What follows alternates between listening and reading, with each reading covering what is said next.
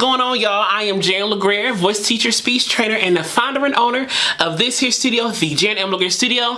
And in this video, we're going to do somebody who we all know and love. She's one of the greats of today. Her agility and her vocal capabilities are literally unmatched. Period. You know, so many of us aim to be like her and glean from her. And I'm talking about Miss Kim Burrell. I think my first time listening to her sing was a Celebration of the Gospel years ago. I forget what song she sang, but I remember hearing her and took one of her runs and put it in a song that I used to sing when I was younger. But we all have done that before. I mean, she does so many great things, you know. So in this particular video, she's singing a song that typically happens on Easter. It's called Calvary by Richard Smallwood. And I'm gonna tell you right now, this song, every time I hear this song, it does something to me. So I'm gonna do my best to try to get through and tell you what she's doing vocally and kind of get some insight. But let me tell you something. If I get caught up, I don't know what to tell y'all. I've watched this video a few times already, and each time I stop it because I ain't finished it or some are crying, you know. It's just this song is talking about Calvary. And if you ever heard the original version, the one from like the 70s or the one from early 2000s, listen to them both. Specifically the one from his album called Persuaded. It's on there. It's called Calvary. I hear that piano intro and I'm already done. Like, if I ever heard that song live with that piano intro, I'm screaming and I'm on the floor. Easy. Easy. I don't know how I'm gonna get through this song today, but we're gonna try. So without further ado, here's Kim Burrell singing Calvary by Richard Smallwood.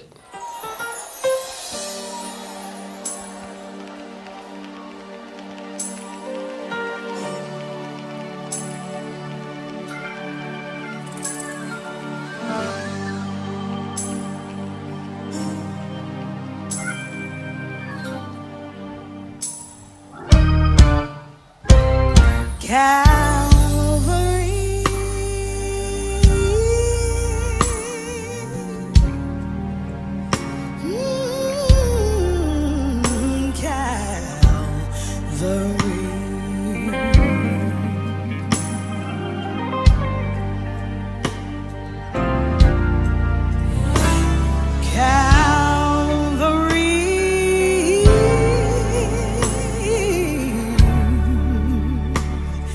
I love how she articulates her runs while also playing with her mouth position. Now, let me be clear. I am not going to replicate her runs. I'm not going to do that today.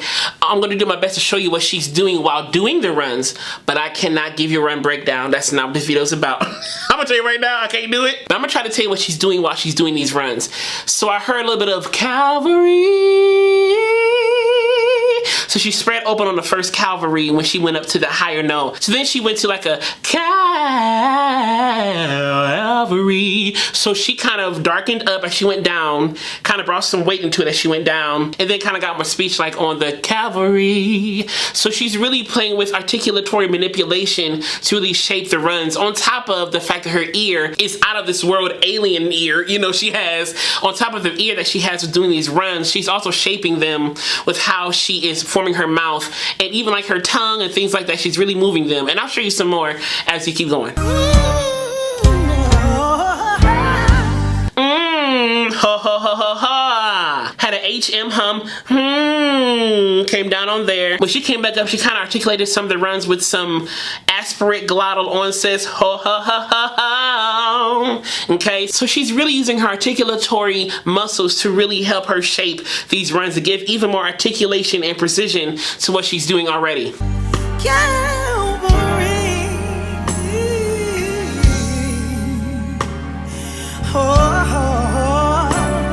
Calvary.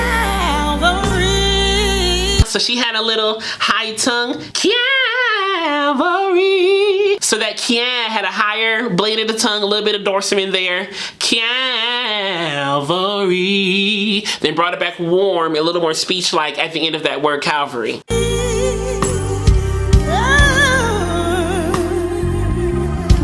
I'm talking about Calvary.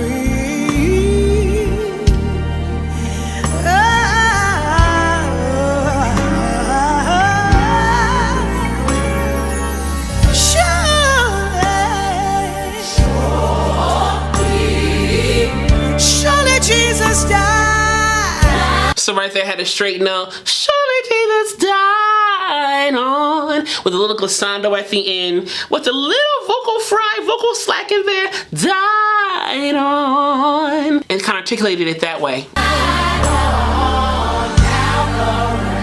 Surely he died on Calvary. Can't you hear?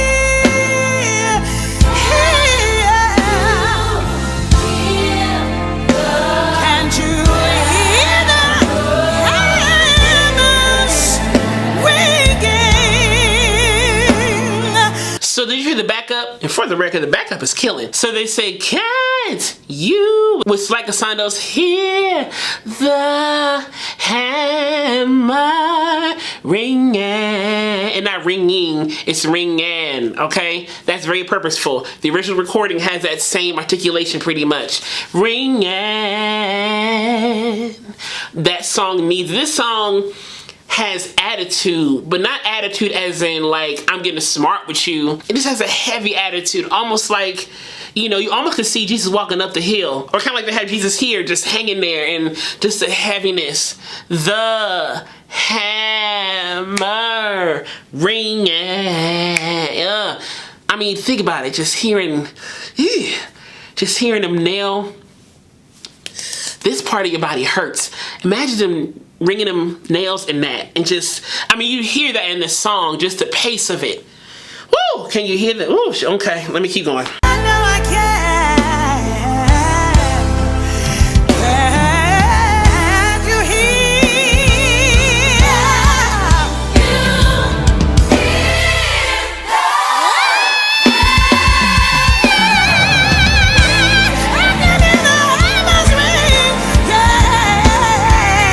She has expanded her range. She was not doing that some time ago. So I think that was almost like a super narrow, high twangy belt that kind of got everything really narrow. Some people call that mixing. I wouldn't call that mixing. That was more so like a super twangy, high, forward. It wasn't nasal. She nailed her laryngeal cavity, if you will, narrowed it up, and really went forward, opened up. It had a little forwardness to it, but I wouldn't call it nasal, but it did have a little bit of a forwardness to it. She placed it a little bit more forward, probably with a high tongue as well, but she really used her body for support as she went up there, and she was aggressive and nailed it. You know, you have to just go for it. You can't hold back when doing stuff like that. If you hold stuff back, you'll get all weird and it won't come out right, or it'll come out weak. So she really nailed it, supported it, went for it, and it was excellent in execution, and she came back down so nicely. tell me if you listen close, you can hear the hammer ringing as they nailed him to the cross. I can hear the hammer ringing.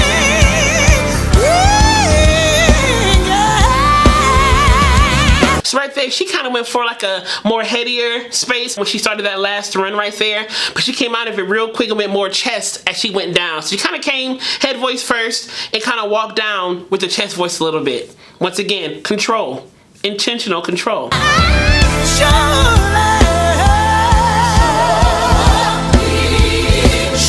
Jesus died.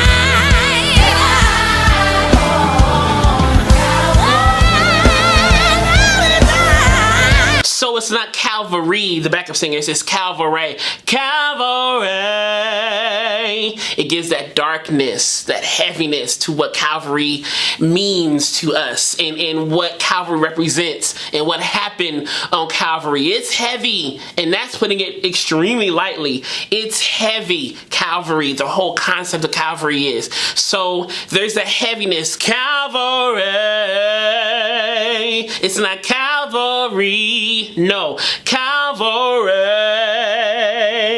And even the migration through the consonants on Calvary, the RY, and that Y glide can be migrated even more. Calvary. Ooh, Jesus. Surely he died.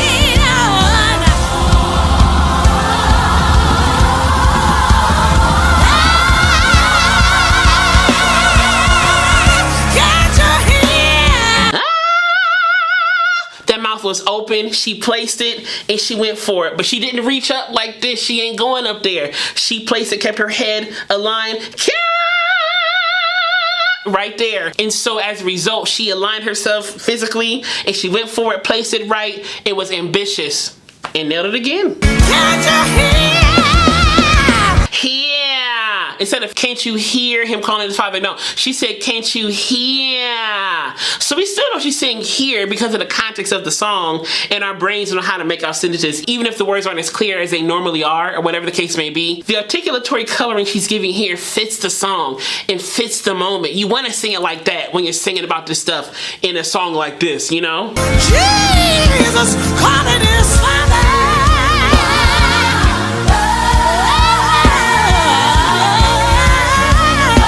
So right there, she kind of went, ah. Once again, I'm not trying to explain them runs and tell you what she did in the run, but how she articulated it, she kind of went more open, ah, went more closed, a little more darker, and then kind of came back more open and she came back up. Once again, amazing.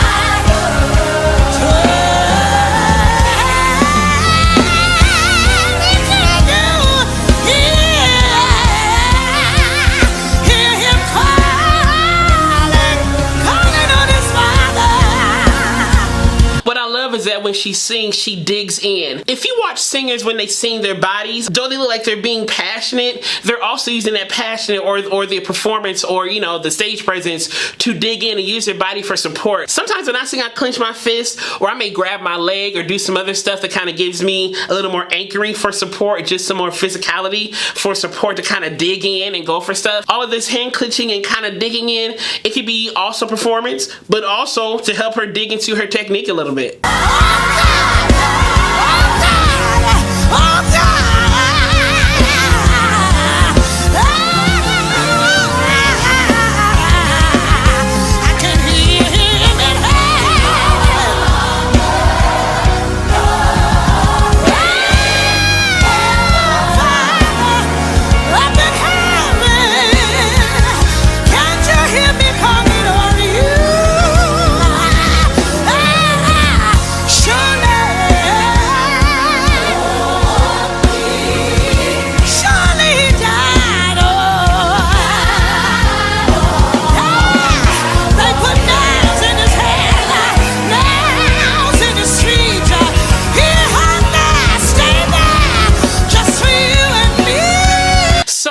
About what she's doing right there, they put nails in his hands, in his feet. So she's really articulating the ends of these consonants on these words. And y'all, I'm trying to get to this song, but listen, I know what Calvary means to me. I'ma just say that. I know what Calvary means to me, and I'm trying real hard. My voice is getting shaky. I'm trying real hard to get to this song for y'all. I told y'all.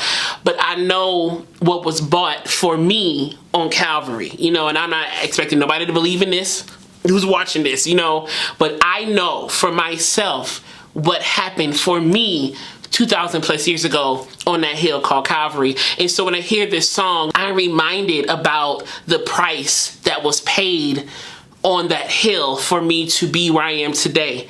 You know, I'm gonna just get back to the song because I feel myself going somewhere else where the video's not supposed to go, or maybe she'll go there, I don't know. But I'm gonna get back to the song and try to tell you what she's doing. I'm gonna get back to it.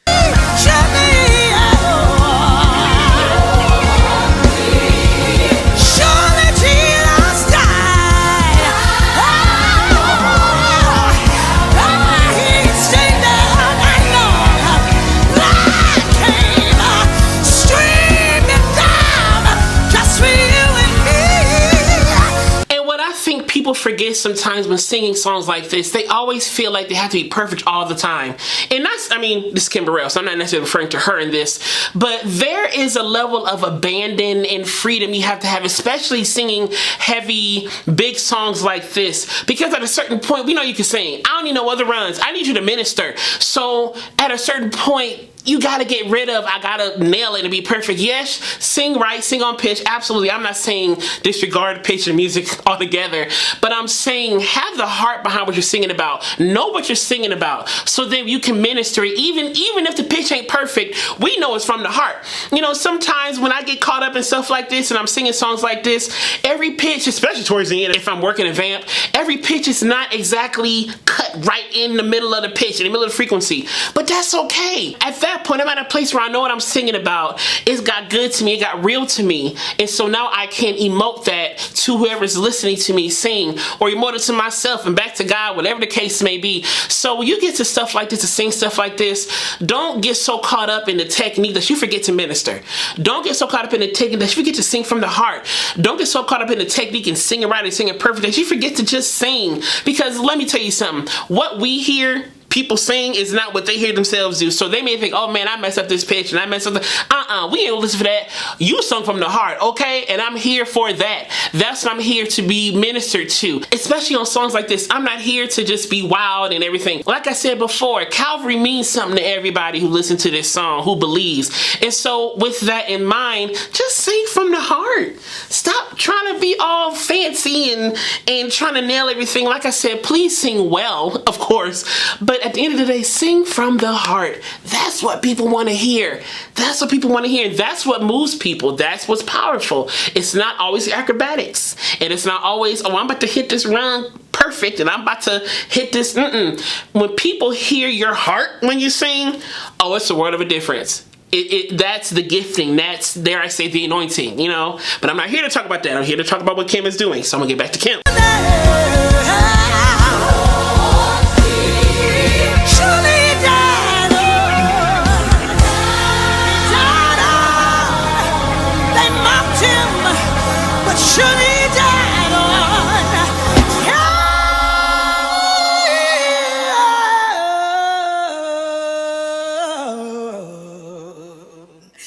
Calvary,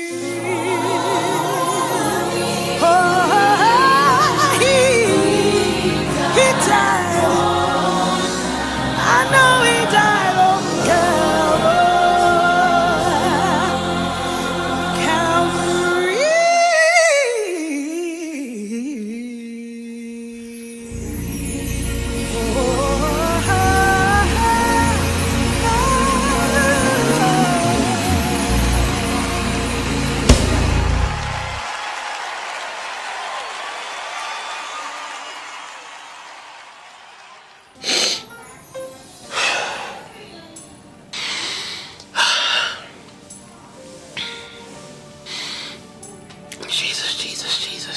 Jesus. That song by Richard Smallwood in the voice of Kim Burrell can't do no wrong. I appreciate both of their gifts and I appreciate what they brought to music into all of our ears and lives, you know? So tell me what else you loved about this video. What else did you hear? You know, put it in the comments below and let's talk about it. And as always, click subscribe down below. Then click the alert button next to it so you know when the next video is posted. And as always, be vocally bold, creative and aware, but most of all, be vocally you. All right, y'all. I'll see y'all soon.